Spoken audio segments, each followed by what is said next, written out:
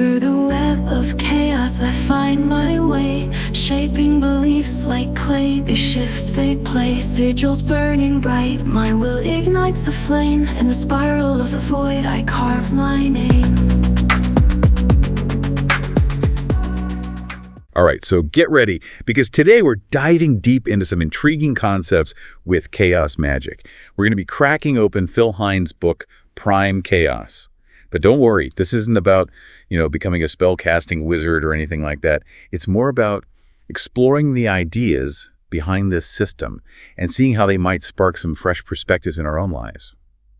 You know what I find so fascinating about chaos magic? It's how it kind of throws out that whole rulebook. You know, that rigid dogma you see in other systems? It's more about personal experience, experimentation, finding what works for you. It's almost like a DIY approach to magic. Okay, so you're telling me I can skip that whole becoming a wizard's apprentice thing? Yeah. That's good news, because my potion making skills are A. Yeah. Let's just say there's a reason I stick to coffee. Yeah, you might want to hold off on those magical experiments for now.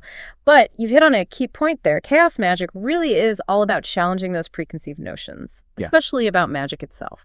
And speaking of challenging notions, there's that core chaos magic idea. Nothing is true, everything is permitted. Now, before anyone starts planning any mischief, can you help unpack what that really means? Because it sounds a bit, chaotic. It's definitely a statement designed to make you think, right? Yeah. It's not about nihilism or saying anything goes. It's more like an invitation to question. Those deeply held beliefs that we often take for granted. To realize that what we believe to be true might actually be limiting us. So it's kind of like saying, hey, what if we just hit the reset button on our assumptions and see what happens? What possibilities might open up when we do that? Exactly. It's about stepping outside those comfort zones, being willing to experiment.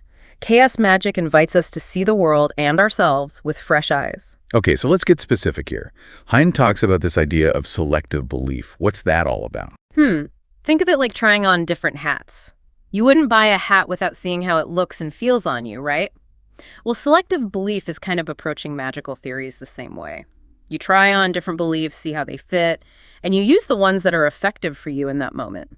So for the duration of, say, a ritual, you might fully embrace a particular belief system, even if you wouldn't subscribe to it in your everyday life. It's like wearing a costume for a play. You embody the character for a specific purpose. That's a great analogy, and the key takeaway is that beliefs become tools. They're not about absolute truth. They're about what helps you achieve your magical goals. I can already see how this concept could apply beyond magic. Have you ever noticed how holding on to a particular belief, even if it's no longer serving you, can prevent you from seeing new opportunities or solutions? Oh, absolutely. Think about times you've been stuck in a rut. It's often because we're clinging to a belief that's no longer useful. Chaos magic encourages us to be more flexible with our beliefs, to be open to changing them when they're no longer effective. Now, another concept that really struck me was this idea of finding magic in the mundane.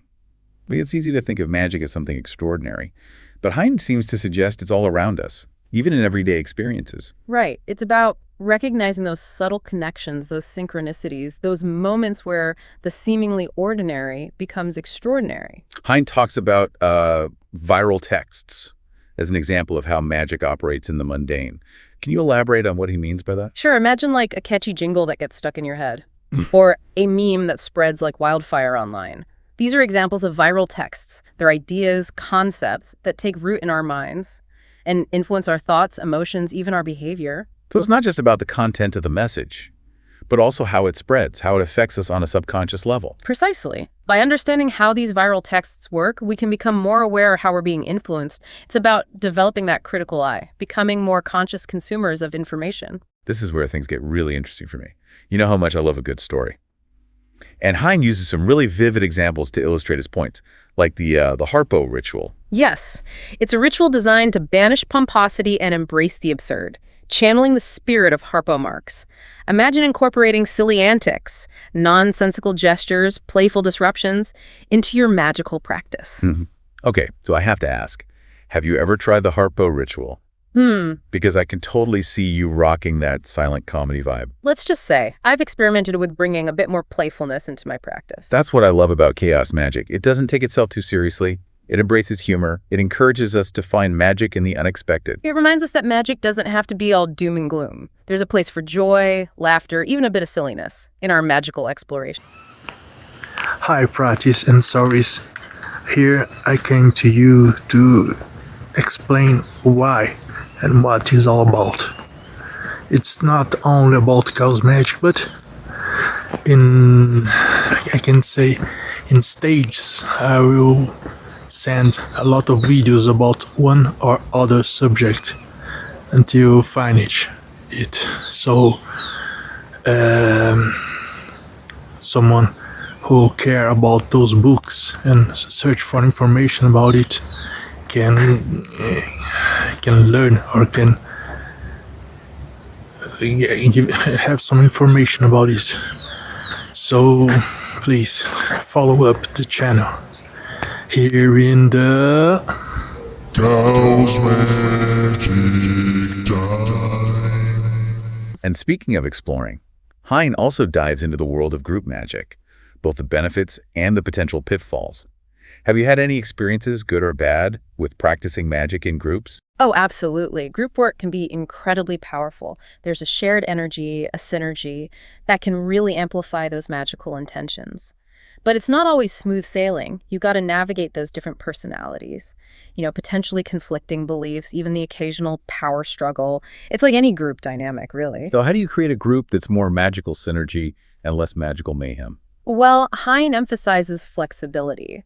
It's not about imposing rigid rules or hierarchies. It's about creating a space where everyone feels safe to express their ideas, explore different approaches. So it's less about following a predetermined path and more about co-creating the magical journey together, like a choose-your-own-adventure, but for a group of magic enthusiasts.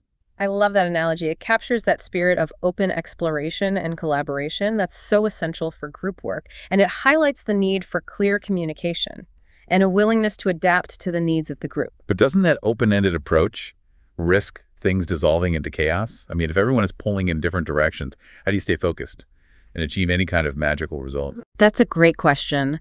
And that's where shared intentions come in. Before any group magical work, it's crucial to have open and honest conversations about what each member hopes to achieve, what they're comfortable with. It's like setting those group project ground rules back in school, but instead of deciding who's bringing the snacks, you're talking about magical ethics, personal boundaries, what kind of energies you're willing to work with. Exactly. And it's not a one-time conversation either. As the group evolves, individuals grow, you might need to revisit and adjust those intentions. Flexibility is key, remember. That makes sense. It's like a relationship. You need to keep communicating, make sure everyone's on the same page. Absolutely. And just like in relationships, conflicts are bound to arise. Hine actually argues that conflict, when handled constructively, can be a catalyst for growth and transformation within the group. Okay, that's an interesting perspective. I tend to think of conflict as something to be avoided, especially in a magical setting, where you're trying to cultivate positive energy. How can conflict possibly be a good thing? Well, think of it like this. Conflict often arises when there are differing perspectives or unmet needs within the group. By addressing those conflicts head-on, in a respectful and open manner, you have an opportunity to understand each other better, clarify your goals, ultimately strengthen the group's bonds. So it's not about sweeping those disagreements under the rug, but about using them as opportunities for growth and deeper understanding. Exactly. It's about transforming those potentially disruptive energies into something constructive. Of course, that requires a certain level of maturity and a commitment to open communication from everyone. So it's like taking those raw, chaotic energies of conflict and channeling them into a more focused, harmonious intention. It's like alchemy, but for group dynamics. That's a brilliant way to put it. And speaking of channeling energies, one of the things Hine emphasizes in his book is the importance of clear roles and responsibilities within the magical group. Okay, so we're not talking about rigid hierarchies or assigning titles like Supreme Sorcerer or Master Incantations. Not quite. It's more about having a system. That ensures everyone knows what's expected of them, who's responsible for what. This doesn't stifle creativity, but it does create a sense of structure and helps prevent those misunderstandings. So if you're planning a group ritual, for example, you might have someone responsible for gathering the materials, someone else in charge of creating the atmosphere, and another person leading the ritual itself. Exactly. It streamlines the process, allows everyone to focus their energies on their specific tasks. It sounds like a well-choreographed dance, everyone moving in sync to create a magical performance. But what about logistics? Things like deciding where and when to meet, how often, how decisions will be made. Those practical details can make or break a group, right? Absolutely. And again, it's about finding solutions that work for everyone involved. If some members live far apart, you might incorporate online meetings or alternate locations. For decision-making, you might opt for a consensus-based approach, where everyone has a voice. Decisions are made collectively. It sounds like a lot of communication and collaboration is needed to make group magic work effectively.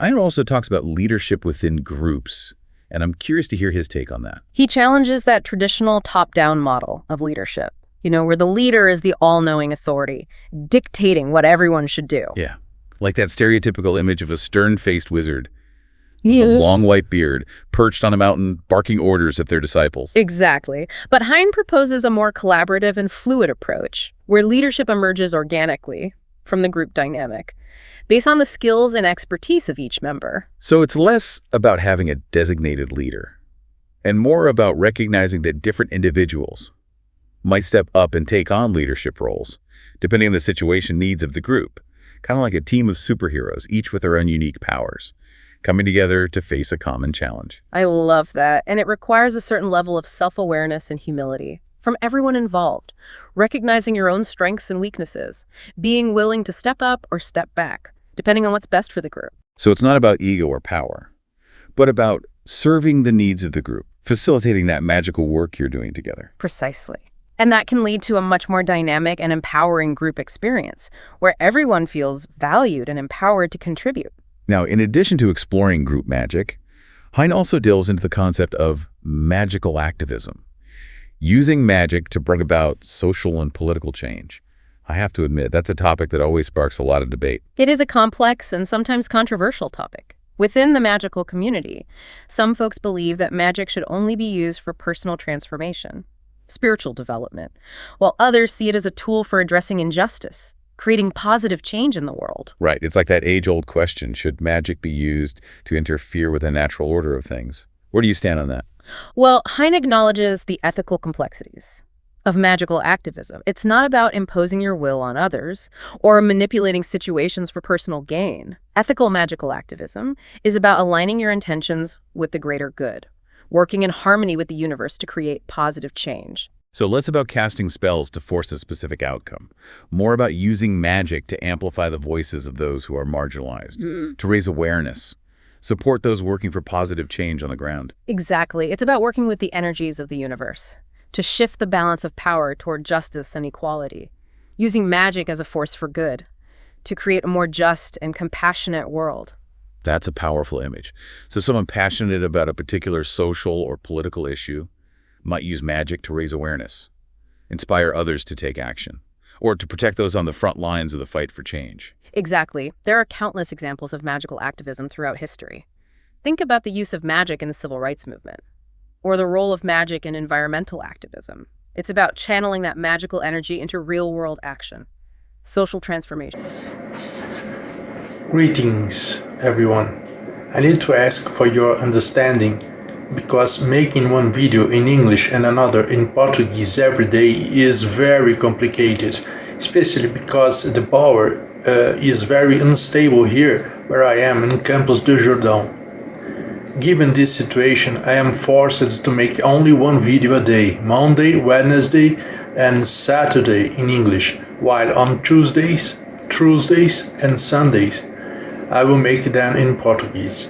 I am sorry that I cannot offer the same videos more consistently, but the simultaneous execution of other projects require this, and I cannot handle everything at the same time alone.